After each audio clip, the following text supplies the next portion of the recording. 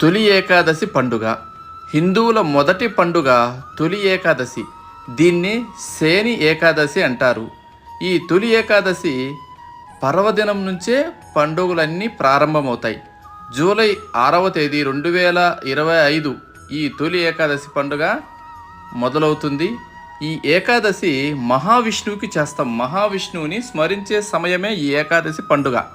సాధారణంగా ఒక ఏడాదికి 24 ఏకాదశులు వస్తాయి. వీటిలో ఆషాఢ శుద్ధ ఏకాదశి నాడు వచ్చే ఏకాదశిని తొలి ఏకాదశిగా పిలుస్తాం.